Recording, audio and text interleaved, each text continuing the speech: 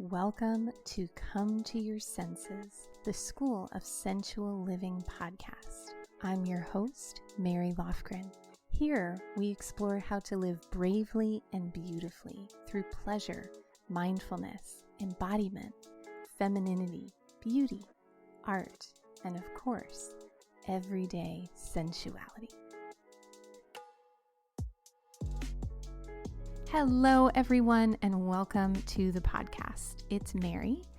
I wanted to hop on here before we start and just share with you a little intro about who you're about to hear from, which is a dear friend of mine of over 14 years, a daring dame, a real sensuality revolutionary, and that is Susie Sourwine. So when I first was dreaming up and imagining this podcast, Susie was one of the first people that came to mind who I wanted to share with you, because Susie's life path, when I first met her, she was working in a very high-powered, international, get-it-done kind of corporate career. And over the last few years, Susie has embarked on a journey of what she calls her own rewilding, where she moved to a small cottage on a large estate in the middle of the highlands of Scotland. And she has a beautiful Instagram account called The Gardener's Cottage, where she chronicles her experience of orienting to her sensuality as the temperature of the water when she sticks her feet in it, and the smell of the shells as they wash on the shore, and the sound of the wind in the trees, as opposed to this pre-prescribed idea about feminine sensuality dictated by the male gaze, a more intrinsic, less extrinsic experience of sensuality. This conversation was deep, intimate, funny, sweet, all words that I would use to describe Susie herself. So I can't wait to share it with you. Enjoy. Hello, Susie. Hi, Mary. I am so grateful to be here with you. And just before this recording, Susie and I were talking about how we met and our friendship, and just offering lots and lots of gratitude for a long friendship, even though we're quite far apart in the world, always staying connected. So I'm so grateful to have you on the show today as someone who I really consider to be a leader in a reimagined definition of sensuality as a total body experience of just being really present in your body to show up really present in your life. So thank you for being here. Oh, thank you, Mary. Thanks for the invitation. I'm absolutely thrilled. Yeah. So when I met Susie, she was living in Seattle and she was working in the horse racing industry. And then all of a sudden, one day on her Instagram, I saw that she had ended up at a gardener's cottage in, I don't even know what to call it. Is it the moors of Scotland? The Highlands on the west coast. Yeah. Beautiful. And so I know that's a very long story and we've got all day. And I would, because it's a really interesting story. And I know there was a lot that happened in between there, but I would just love to get a snapshot and share with our listeners about that process for you, and really just kind of what you're doing out there in Scotland, which I think is so unique and so inspiring. Oh, thank you. Well, I think to say it in a relatively succinct way is that from Seattle to the UK and then eventually within the UK to up here in Scotland, I think I answered a couple of calls is what happened. And I think I became very proficient at answering calls, even though they didn't make sense to me. And they definitely didn't make sense to everyone else around me when I did them. And I've picked up my life a couple of times and listened. So when I moved to the UK, it was the beginning. It's over 11 years ago now, which is shocking.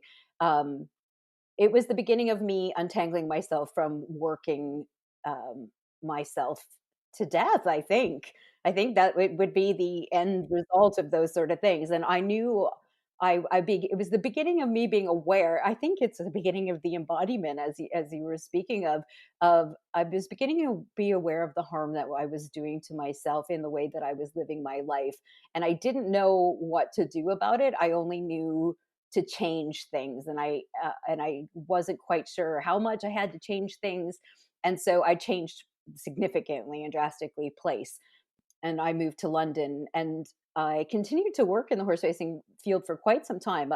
And I worked less though. I set out a goal to only work 3 days a week instead of 7. And that was a really great experiment in just learning what the cost was on me and what rest started to look like. And I think it's really funny because all these things get entangled because, you know, 10 years later, I always say I'm a brilliant learner, but I'm a very slow learner. And so this untangling this understanding of actually what was good for me and what I needed and what rest is and what is, regenerative, and these are things that I'm interested in for our world, let alone for myself, but I couldn't even contemplate doing that as being helpful to our world if I wasn't capable of experiencing those things in my own body, I think. And so through a few stops and starts, what that eventually brought me to was last year, about 14 months ago. I've been thinking about Scotland for a really long time, and a bit more wild and being a bit more remote and surrounded by steeped in nature. It's a place for me of deep connection to myself and the planet. And so I'd been thinking about it, and I had this very long list of, what would have to happen in order for me to be able to buy a house and do it all the way that I wanted to. And then one day, in the way that these sorts of inspirations sometimes hit you, instead of looking at the for sale tab on the website, I switched to the to rent. And right there was this place called the Gardener's Cottage, which is a beautiful little 3-bedroom cottage with an attached greenhouse in the midst of a 500-acre estate on the west coast of Scotland, on the edge of Loch Fyne. And I drove up here overnight and slept in my car in order to make the appointment to visit the place. But then I got here onto this space, and it's quite wild and not very well cared for, and I wanted it. I wanted it instantly. And I just went for a walk. I think I had my first conversation with the land of this place. And I said, listen, if you're interested in me, I want to be here. And they picked me out of about 20 applicants, and I ended up getting to take guardianship or custodianship of this place. Hmm. Beautiful. And to just kind of give a little context, so Susie chronicles her journey of this rewilding, you call it on your Instagram and on your Patreon. And so as someone who follows Susie on Instagram, what I see in the photos is not just the beauty of nature, but the beauty of your relationship to nature and the way that you see the wonder in the changing of the seasons and in the, I don't remember, was it a seagull that picked up that gosling? Yeah, it was. It was a seagull picked up a baby gosling. Yeah. Following Susie's Instagram is like following the days of our lives of nature, you know? It's just, it's like romantic and it's sensual and it's lovely and it's drama filled. And in addition, she also shares more privately or more intimately, I should say, a monthly newsletter that is not handwritten, but printed out with photographs. And on each envelope is a hand painted watercolor that's a scene from that season. I mean, like, how did you even come up with that? Yeah, it's all these lovely things about me coming into one spot. So I've always been creator. I need to make things. But I will never say, I never was going to be a professional artist, or, and I always had those ideas in my head. You can't make art unless it's the best art. You can't write unless you're going to win the Nobel Prize. And you can't do all this. And in my letters, I got to do it all. Mhm.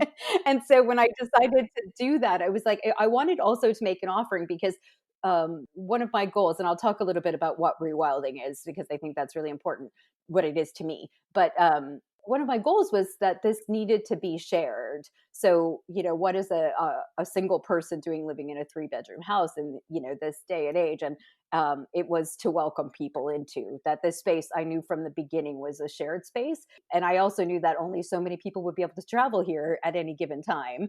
And so, how was I going to amplify this gift of this experience that I was having for those who it may appeal to? And that's where the concept of the letters came from. And it's been my utter joy to write them. Hmm. I mean, I cannot tell you, it's such a lost art these days. And I think it really speaks to the reordering of one's priorities that I imagine naturally happens as you rewild, which is more of a value on slow, natural things. And I can't remember the last time I received a handwritten letter, much less a hand painted envelope. And so the joy that I feel when I see the gardener's cottage letter in my mailbox, and then I have this special ritual where I draw myself a bath and I would light the candles and it would be at night. And it was like so much of my life and my taking in of information has to do with screens. And just the gift of having paper and picture and your energy in the painting is just so unique and conjures such a profound remembering in me of what's true and important. And I love the way that you talk about the intention to share this gift. Like I think that when we make art, whether it's the art of our painting or writing or just the art of our relating or activism, whatever it is, it's like it's that act of sharing it that gives it that higher purpose that makes it art. Oh, yeah. Yeah, that I hadn't thought about it in that way. Thank you for saying it like that because it's true. You're 100% right. I think that's a true thing and I can feel that in my whole body. And it comes back to what you just said about value. It's where are we finding our values and what are our values? And when I decided, so rewilding itself is a ecological process that is gaining momentum, particularly here in Europe, about allowing the land to dictate its own recovery. So to actually become the protectors and the guardians of it, but allowing it its own sovereignty in knowing how to heal itself. And those of us who've gone through personal journey with that as well, if that's true for me of claiming my sovereignty and knowing that I can heal myself and thrive and do this, why wouldn't it be true of the land itself? And we've seen it. We don't always know best. The land is actually quite capable of remarkable things. And that doesn't mean we don't have to try to reverse harm or anything with that. So that's what rewilding is in a clinical sense. For me, what it became, why I call it rewilding my life. And at first you think about it, it's all like, okay, I'm going to stop shaving and I'm going to like swim naked in the loch. And you do all those things. It's really important. Yeah, all of which you've done and chronicled on Instagram, and I love it. But the thing that I figured out is that for me the rewilding is actually taking my place back in the web of life and Mm. not above it, not below it on my knees, but my place in this web of life, this interaction as a member of the ecology of of this space, energetically, physically, allowing my shadow to fall on the ground, and also to balance the thing between putting of my own ideas onto a place, trying to rein that back in, and at the same time allowing myself the same freedom as a deer that walks through the trees and breaks sticks and is part of the landscaping of a place. And sometimes we get too careful and I'm like, oh my God, I've broke a stick off that tree, I feel so bad. And then it's like, wait a minute, a deer would do that and go through here. This is you taking up your space on the planet. So it's this wonderful thing of becoming what we are, remembering what we are without the interpretive headspace of it all, which is that we are part of this web and we have a place in this ecology, as humans, as being here on this planet that isn't just cerebral. And getting to do that, I think, and how I'm figuring out how to do that is what I am considering rewilding myself. Mm. I just love that understanding of it. And what I really hear in all of your journey is this seeking to locate yourself outside the binaries. I find that, like you talked about, it's like I'm not above the land, I'm not below it, I'm a part of it. So much of the suffering that we experience has to do with either dominance or submission narratives around our place in this world. Societally, ecologically, racially, it's like those binaries and the history of of those binaries, particularly in America, create such a distortion. And what I hear is like, I just imagine you kind of cocooned on a mossy patch out there in the highlands, and this heart to heart, just like when I really want to relate to someone and understand them, I'll give them a hug and feel my heart against theirs. And I really hear that this placing your heart against the heart of the earth is transforming a lot. Yeah, it is. It is. And having, the time and the space. So another characteristic of this landscape, that's it's filled with Neolithic monuments, and there's a cairn, a large burial cairn just another couple hundred yards from my house. And the land itself is basically created out of white quartz and sparkly pyrite based rock that came up through volcanoes. And lately I've been thinking about the Song of the Stones, is what I'm calling it, what they're calling and what maybe they've always called, and that there was a time when the stones were born. And we forget that they were born too. It's just way longer than we're used to thinking about. And so it's yeah, I feel like we laugh about it all the time. It's like I may be gone with the fairies permanently now. I'm not sure. It's like, and we just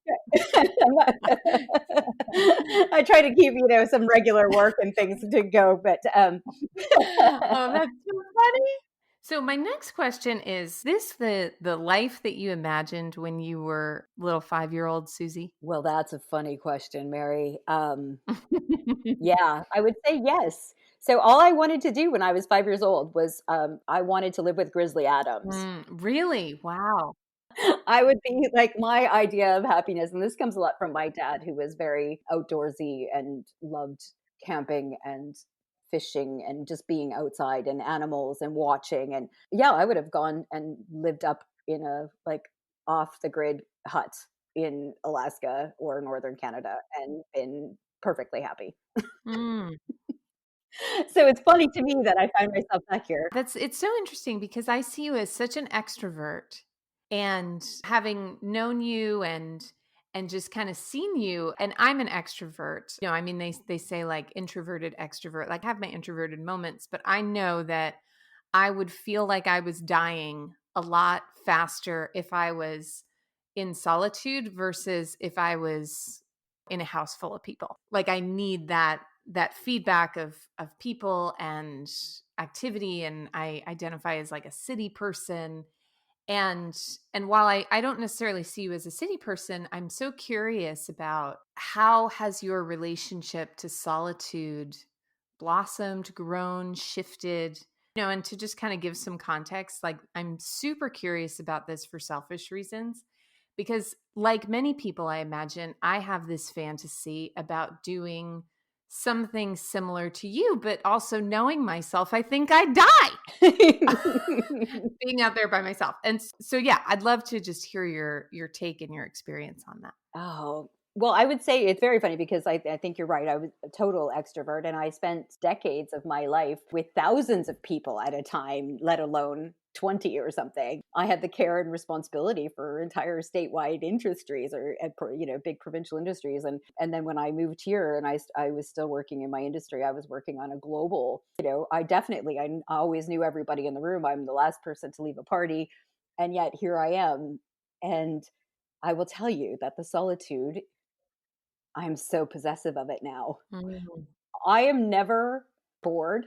It's really funny. Everybody else is having, COVID's had a really antisocial effect on for a lot of people. And for me, it's been really funny. I have some new neighbors, and about a month, 2 months in, since we all live remotely, we decided amongst there's three little households within a square mile kind of idea. And we decided quite early on that we would be one household.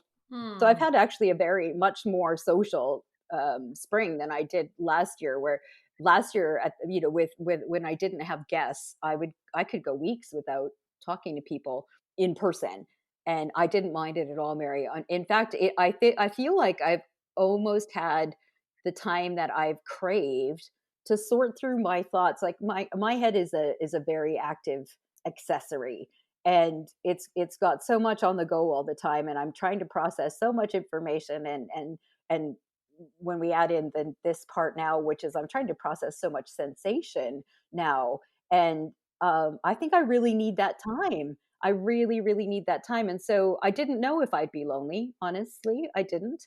And I'm not. And I still haven't read everything that I want to read or do whatever, but I still run out of time. Like I'm like, the days go by so very quickly. And I found it to be medicinal for me. The solitude has been incredibly medicinal. And then sometimes you go to town and you talk to the clerk, like, you talk about 100 miles an hour and you realize you probably needed to talk to somebody.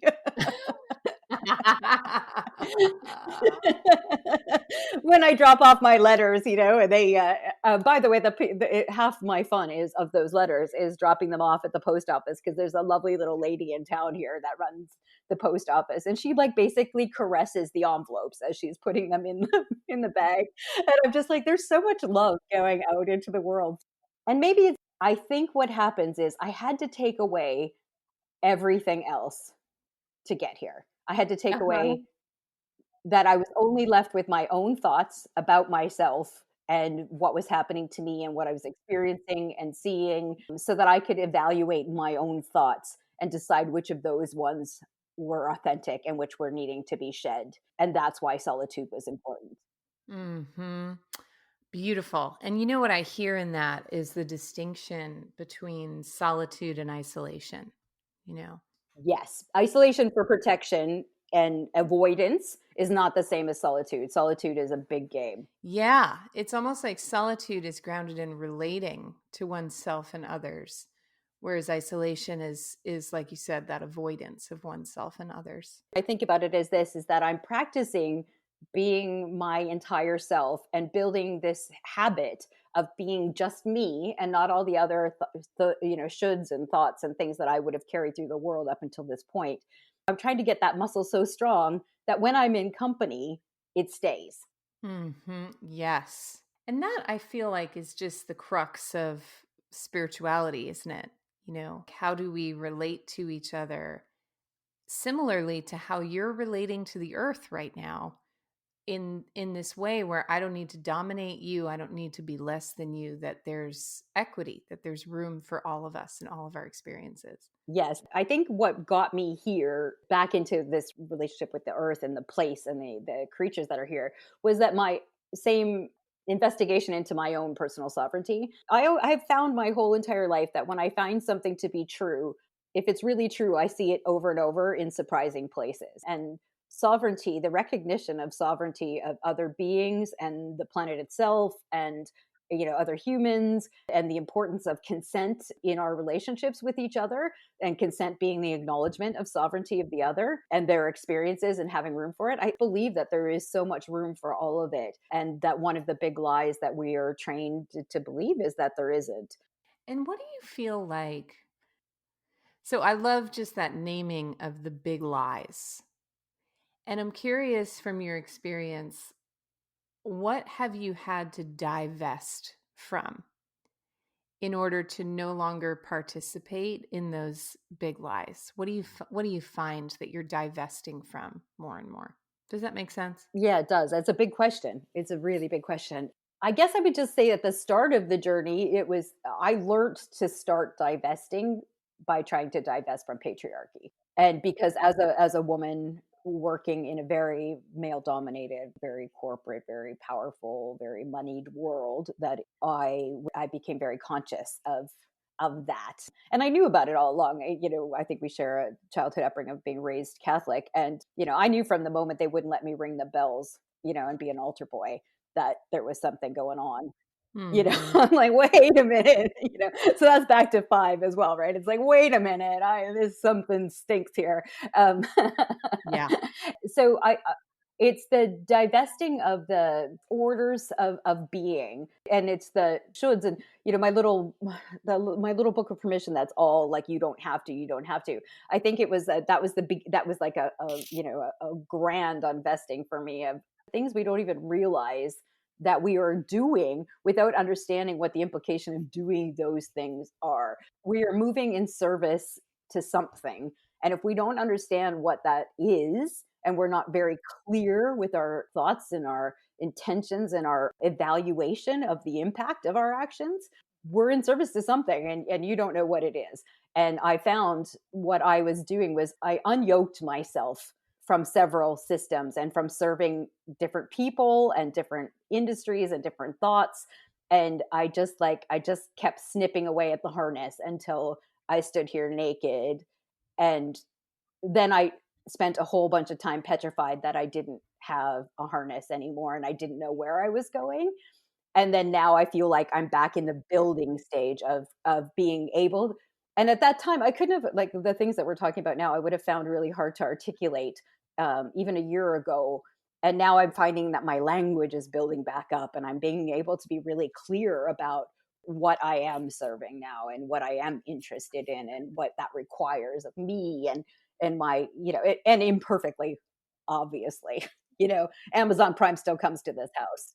I'm not pretending to not be a person of this age and time and perfect in any way. I think the more, you unshackle, which is such a horrible word, but we've been all put in so many layers. There's so many layers. And that's why I'm a strong anti-racist. I'm a strong trans rights advocate. I'm a strong, like, because I see the same hurt and compounded. I can see it compounding over, and I see that same strategy also compounds and hurts what we do to this planet. And I feel like we're in a pretty critical period here about figuring that out. There was a lot to unyoke from it. I think it was just the curiosity too of being able to, because I remember a time when I was like, patriarchy isn't real. You guys are just making that up. I'm doing just fine. Mm-hmm. Yeah. And then it just, like, Mm-hmm. bashed me over the head a few times, and I was like, oh, I guess I had to feel it to learn it, and that's a shame. But humanity.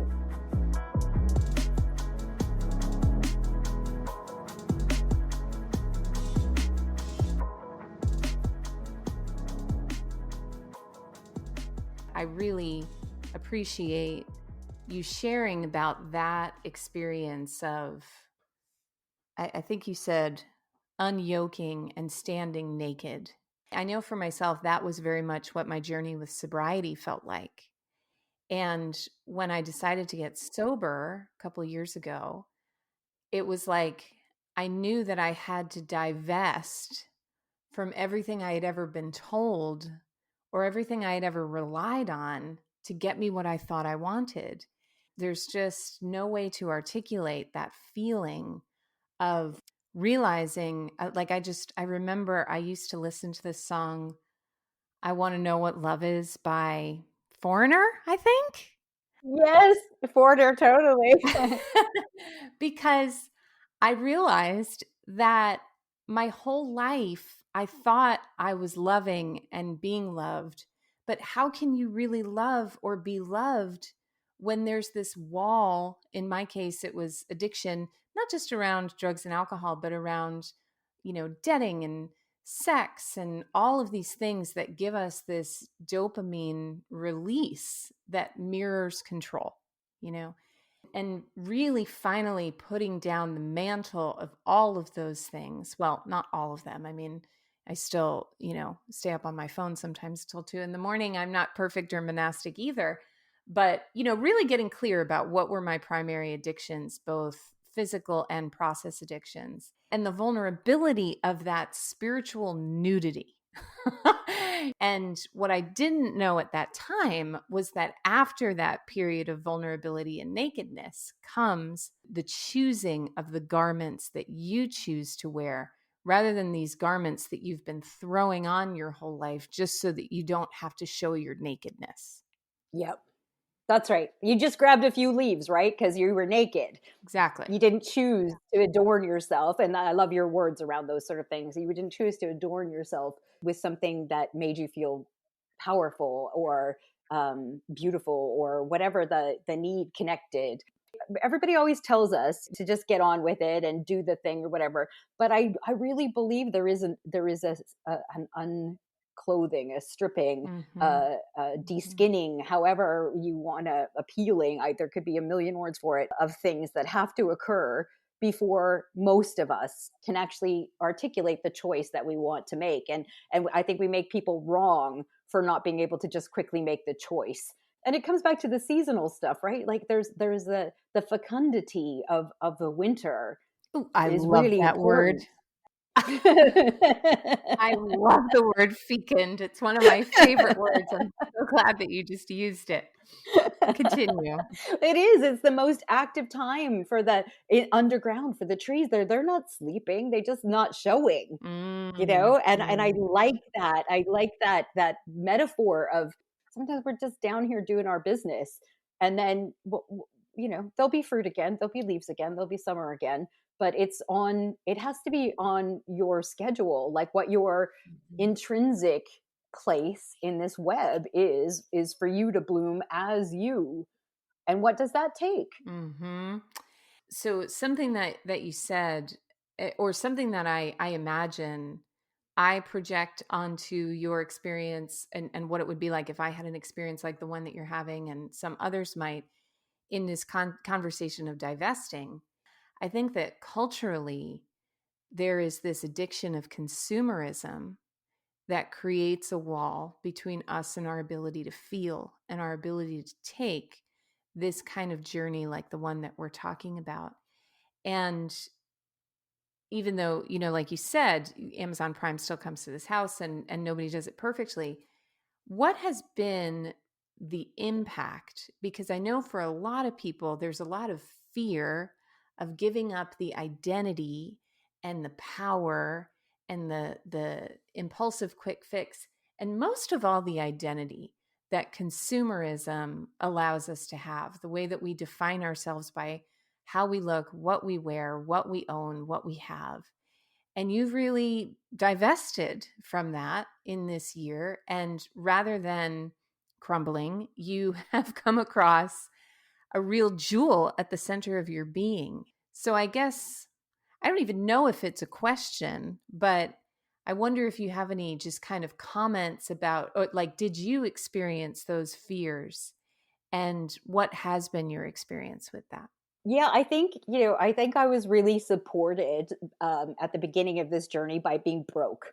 And that sounds hilarious, but it's true. God works in mysterious ways, doesn't she? Yeah. Oh my gosh. It's really funny because what I would say is when you're attempting to make that change is the challenge of the creativity. When you start to uncover your ability to do things differently, I think that gets like firing all the synopsis. So, for example, in the glass house, in the greenhouse, I have to grow a lot of things in pots. And I didn't want to be buying a bunch of plastic pots. And I didn't have the money to buy all the pretty, wood ones that if money wasn't an object, you just buy all this beautiful stuff and it be grand. But what I started doing was picking stuff that came up on the beach. So the fishermen's crates here come off their boats in bad weather and they wash up onto the sea, and they're these huge plastic crates that have drainage in them. And I looked at them and I'm like, well, I brought one home and I grew some stuff in it. I grew cucumbers in it last year and it was perfect. And so this winter I was out there like trolling for them. And I also found, like, I have a lobster pot that had washed up, a lobster trap that is growing sweet peas that are now like 6 feet high outside my guest room door. And it was this challenge to find ways of doing what I wanted to do, which was still that beautiful thing, without just having to consume something in order to do it. So, could I reuse something? Could I find something? Could I move something? Like everything from, instead of going to the hardware store and buying a lattice for your sweet peas or your cucumbers or whatever to grow up, I used fishing twine that I was following, like the rope that is washing up on the beach that I'm picking up all winter. I used that. I used driftwood. I used felled wood. And as a creative person, I think that was really helpful to me. That ability to get a little bit more creative reminded me how much is around us. Like, even when it comes to jars, for like trying to deal with the beautiful glut of fruit and things that we are surrounding ourselves in now, you know, it's shocking when you just don't throw things out and then you actually look at them and repurpose them instead. It's like, okay, my stuff might still come in some plastic, but this plastic I can use to keep slugs off my my carrots, Mhm. at the beginning of Mhm. their journey. And you start seeing these potentials for things, and you become, sorry, Mary, I'm sorry, I'm gonna interrupt. Somebody's going to pull up into my house and the dog is going to bark in 5 seconds. That's okay. You can have a little Alfred cameo.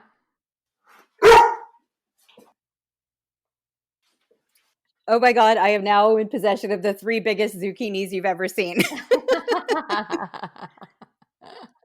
They're so huge. Yeah. They're the hugest zucchinis in the world.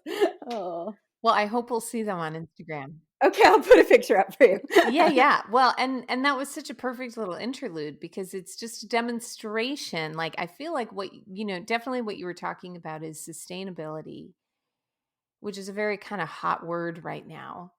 But this moment where a neighbor just dropped off some zucchini, it's like that idea, that big lie of consumerism tells us there's not enough food on this planet, which is why people are starving. And we have to rely on outside sources to feed ourselves. And what I hear is just a beautiful, and see is just a beautiful articulation of the way that you've divested from that lie, is this prosperous surprise of 3 magnum zucchinis landing on your doorstep unexpectedly from a neighbor. And I remember reading in the book Emergent Strategy by Adrienne Marie Brown about, that lie that there is enough food to feed everyone, but what is required is not more food, it's a change in system.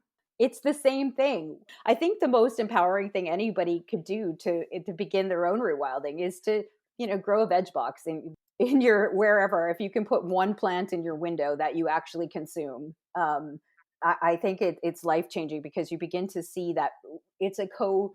You can't garden. Gardening is your one active co-creation with nature on this planet. So you don't have to sit on a rock and meditate. You don't have to walk for 100 miles in the wilderness and or isolate yourself or be solitude, Thoreau-esque like I am at this moment.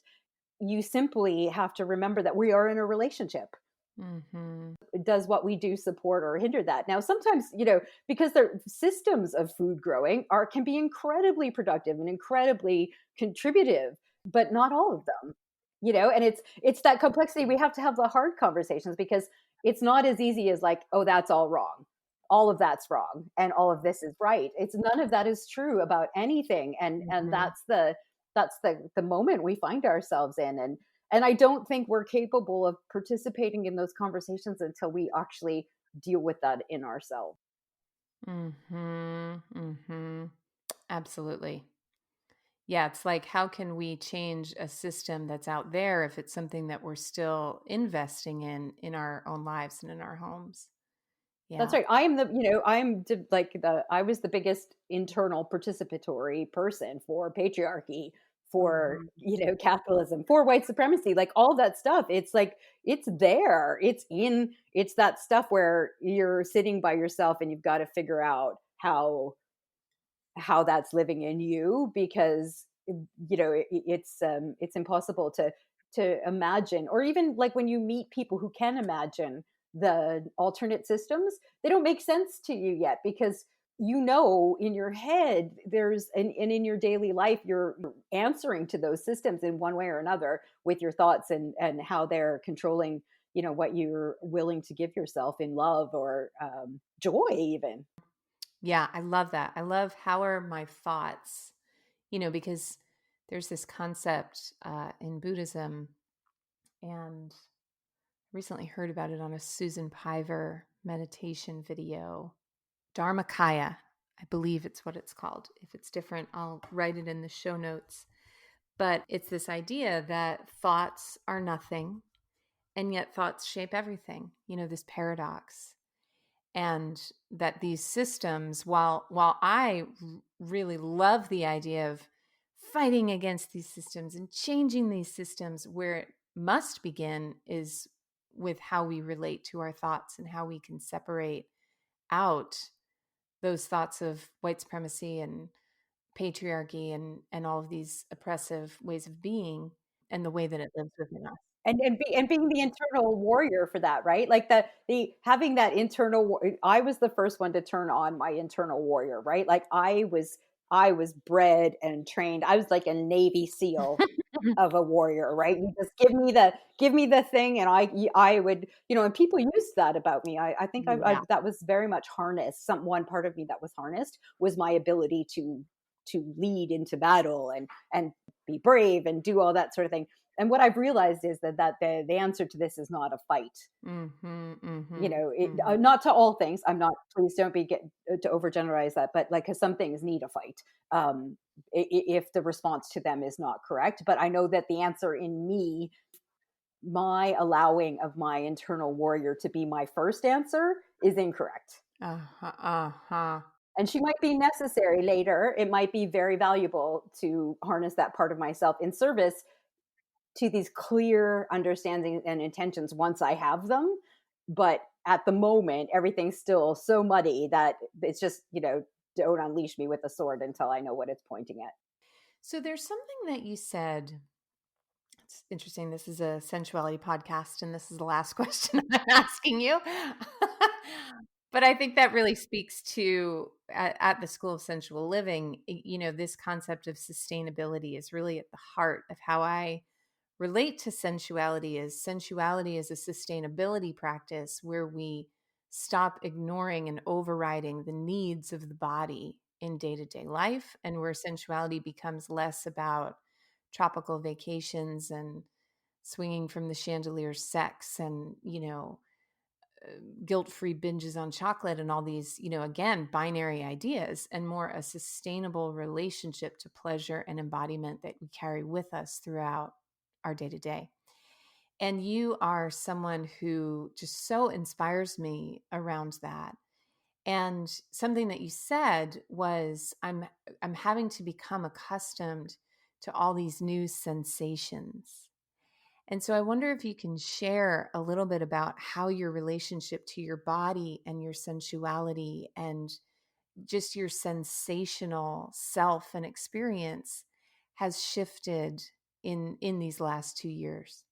So, in order to take my place in the web of the world, I have to do it as me, as I am in this moment, in this body, in this time. And so understanding that was so wonderful to me, because once you get rid of the, oh well, when I've lived my whole previous life as like, when I was little, when I'm a little bit skinnier, when I'm this, when I'm that, I'll then do this. And I think maybe, approaching middle age helps with that too, and you're just like, this is it, babe, this is it, this is the body, and what does it feel? And so I will say that my senses are, so much sharper than they've ever been once I gave up looking for like the future perfect tense of my life and started, you know delving into just the you can't when you're in nature, you're in the present tense, you're often, just gone in the present tense. And I think that's what I mean when I say I'm off with the fairies. It means like I've sunk so deep into the present tense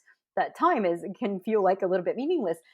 But your senses, so what, my eyes are so sharp to different color variations now. There, in Scotland, we have a million shades of green. There's just a million shades of green, and grays have, so much character to them. And my ears for hearing, all differentiating from birdsong and being able to like learn and understand the difference in what I'm hearing and who it belongs to and whose song it is that I'm hearing. And we have these raptors here that are called buzzards, but they're not like a North American buzzard. They're like a, just between a hawk and an eagle. They're this a big bird like that. And there's some babies here right now, and they are very vocal and they're talking all the time from the edges of these big fields.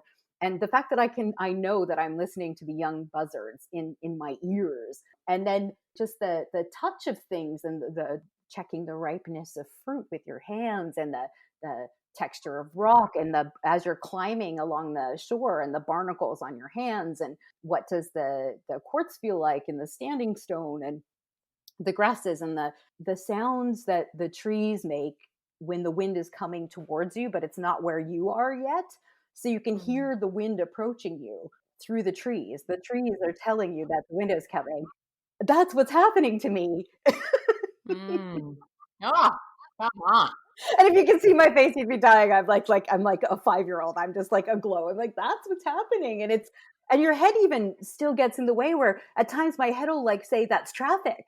And I'll go, no, that's the trees like from over there telling me the wind is coming. I've been doing this challenge this year where I've been swimming in the loch at least once a month, for the whole year of 2020 is what I'm going to do. And the difference of the feeling of the water, and the cold water versus, on these warmer days now, and the way that your breathing responds. So even your breath, the way your breath feels in your body, and the way tired still feels. I can feel when I'm empty more than I could feel when I was empty before. Like I have a tank now. Before I didn't even have a gauge, I was just really, really empty for a really, really long time that I didn't even know. And now I have like a gauge, and I can feel that about myself. So from an external perspective, I think there could be a ton of commentary about my body, and comparatively to like even your own youth. But yet I've never felt just more stronger and more here, like really here on this planet. It's a glorious thing that's happening to me through my senses by agreeing to participate in where I am in time. Hmm.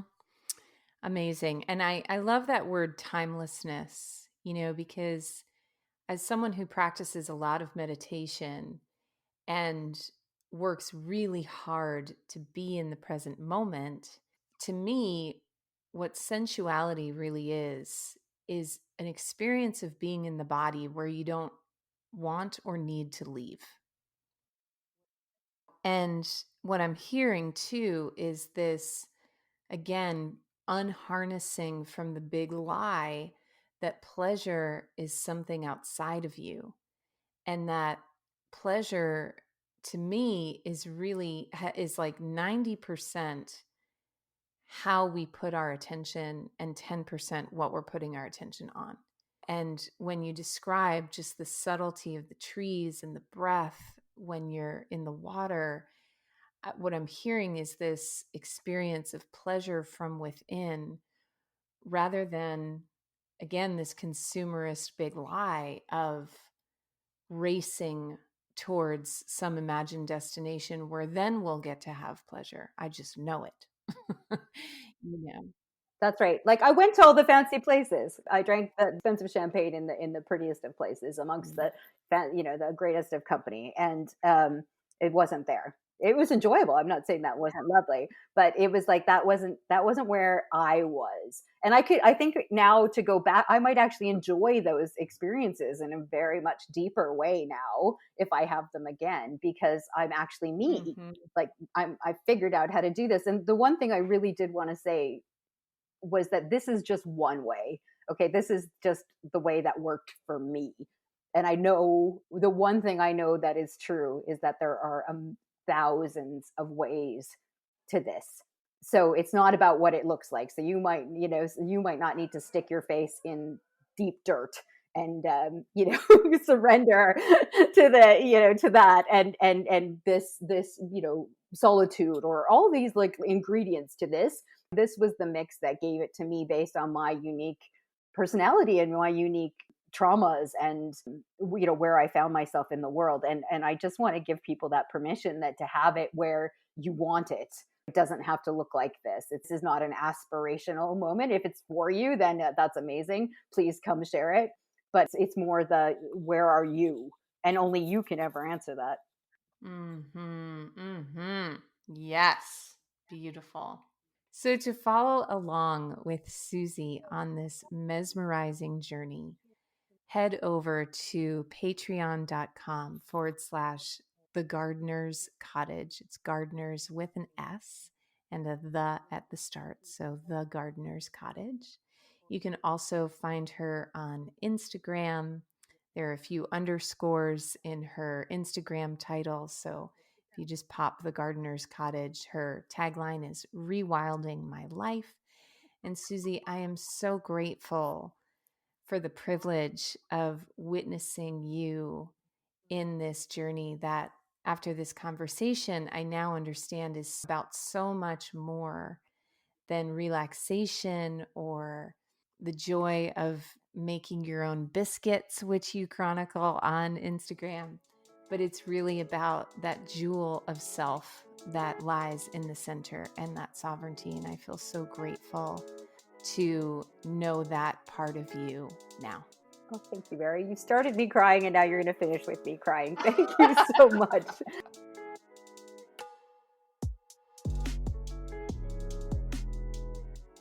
For more tools, inspiration, and community in the art of sensual living, head over to schoolofsensualliving.com. There you'll find a free course in how to embody genuine confidence through the secrets of powerful feminine body language.